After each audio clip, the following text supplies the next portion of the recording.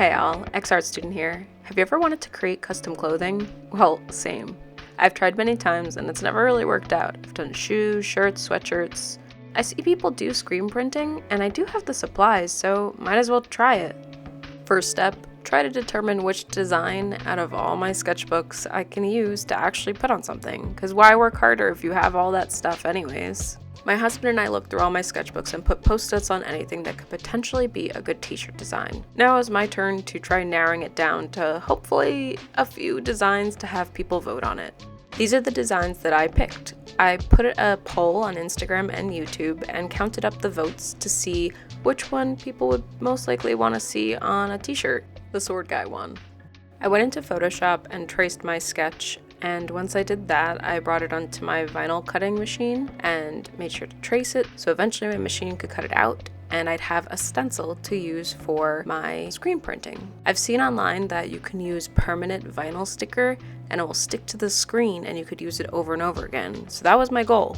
Here's my one design, let me be able to reuse it, and it will be fun to actually have my work hopefully closer to permanent than I've had in the past on shirts. I think it would be really cool to sell my designs on t-shirts one day for you guys to have and for myself, because I do think some of my designs are pretty cool and I'd want to wear them. I just haven't found a good permanent solution yet, so maybe screen printing will be it. Now I had to get to weeding the vinyl. This means I'm taking out or weeding from my garden of vinyl all of the parts I don't want. So anything I want to show up on the t-shirt will be in white, and all the stickers that are still on there will act as a stencil, so then my line work will show up on the t-shirt. This is fun to do unless you have really intricate pieces or tiny little lines next to each other, because it takes a while. If it's a nice easy pull, it's much easier. And once you're done with the weeding, you put the transfer tape on to keep everything in place so you can transfer it to the next object. Next, we use the squeegee at a 45-degree-ish angle to make sure that all the sticker sticks to the transfer tape so everything's aligned perfectly when you move it to the next thing. We gotta peel the sticker off from the back and then apply it to the screen printing screen. I tried putting it in the middle the best that I could, but I could always adjust it by turning the screen printing screen to fit the shirt better. And now I'm using my squeegee again to stick the sticker to the screen. And in theory, it's supposed to stick on fine and the transfer tape is not supposed to be affected. I did notice that with the transfer tape, some of the tiny pieces kept getting stuck to it, and this became an issue further down the line. It stunk because there was a lot of detail and a lot of tiny things. Once I was done taking the transfer tape off, I did the squeegee again. I used some painter's tape to block off any parts I did not want any paint on and hoped it would work out well. I grabbed some cardboard and put it inside the shirt in order to protect both sides of the shirt. I only want the design on the back of the shirt. I didn't want it to bleed through to the front. And once I figured out exactly where I wanted this piece, which took a little bit because I was nervous, it was my first try, I didn't know if it'd be in the middle or whatnot, I applied the screen printing goop to the top of the screen, just like all the videos showed me.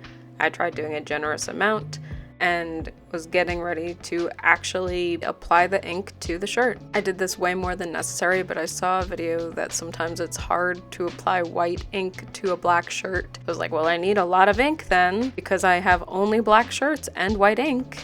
Luckily, I love how it turned out.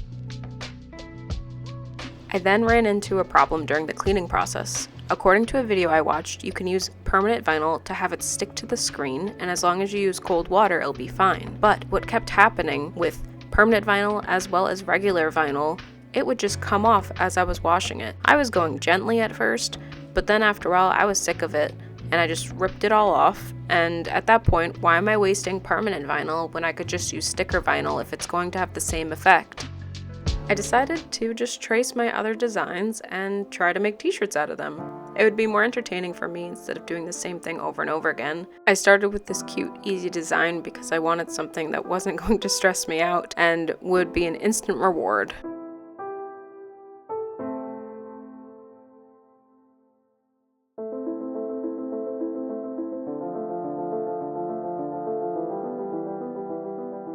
Since I was going to place this design on a pant leg, I figured it'd be cool to fill up the space with some of my old designs of stars and moons, and I thought it'd just be fun to collage it on. The Celestial Moon Girl was actually not in the vote at all. It was just something I wanted to try because I thought it would be a good shirt design. This one, however, got second place for the votes, so I figured it'd be fun to do it next.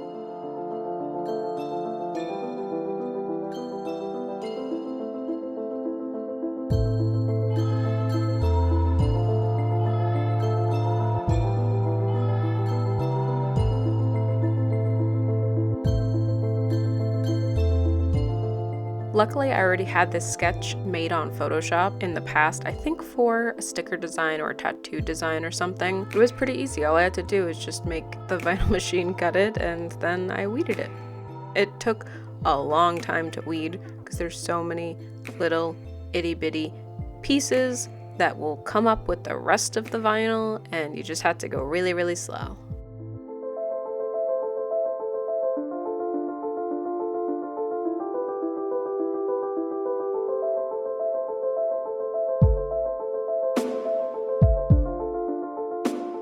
Next is my ex-booby girl. I like her better as the sketch. It was harder for me to figure out how to make it a good design for Photoshop as well as a t-shirt. I tried my best, just hoped it would work out well. I knew with this one, because I did a lot of shading and a lot of tiny little pieces, it would be a pain in the ass to weed, but I just went slow, took a lot of breaks, put stuff back where I accidentally ripped it off, and tried making it the best it could be. Everything's weeded, now it's transfer tape time.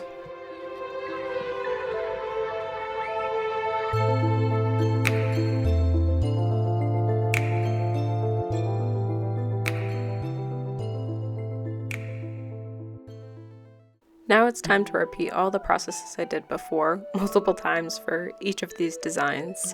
I realized with the transfer tape, the tiny bits kept getting stuck to it, which really sucked, and there was a lot of tiny bits on a lot of this design and the other designs I made, so that was a pain. I was happy to see that the stencil turned out well and was usable. I had to do a lot of these shirts throughout multiple days due to screen dry time as well as shirt dry time, especially if I had to do multiple designs on one shirt. So it took a while. It actually took 2 weeks, which normally my projects take about a week. So that kind of stunk, but it was something to do throughout a couple of days, on and off, nighttime, daytime, whenever I had time and when things were dry and washed. Here's some more cool screen printing footage. I'll check in with you guys in a little bit.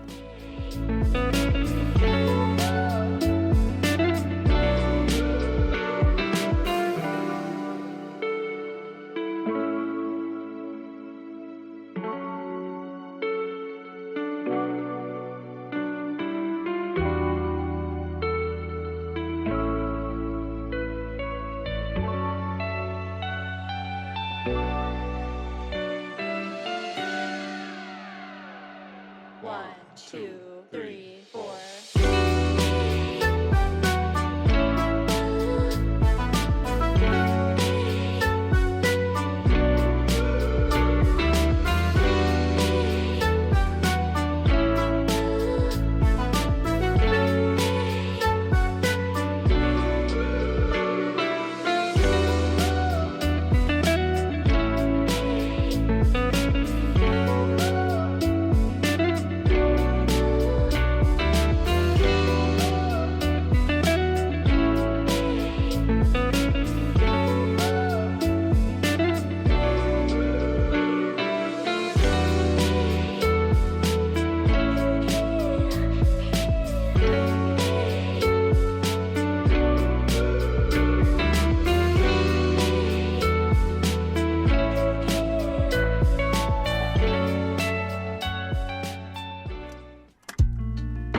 According to the screen printing videos on the internet, you must heat press all of your designs in order for it to stay permanent. So that's what I did. I put a cookie sheet on top, used my heat press, and it seemed like the ink infused with the fabric way better than before. Maybe it was just me being delusional, but I'm excited. I haven't run it through the wash yet, but I'm really hoping this is a more permanent solution for my designs to be on clothing.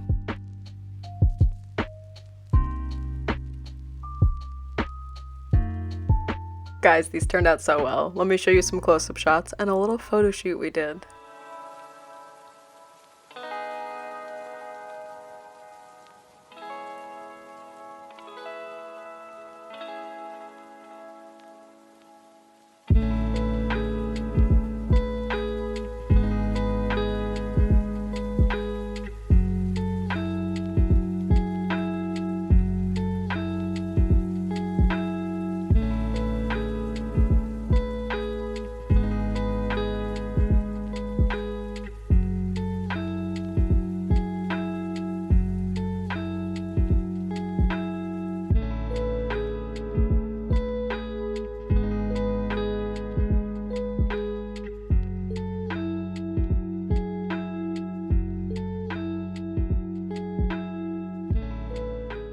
I hope you guys enjoyed this whole thing.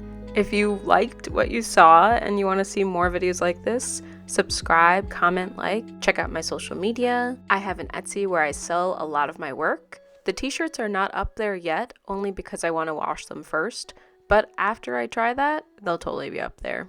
Thanks so much, guys, for watching. I'll see you next time.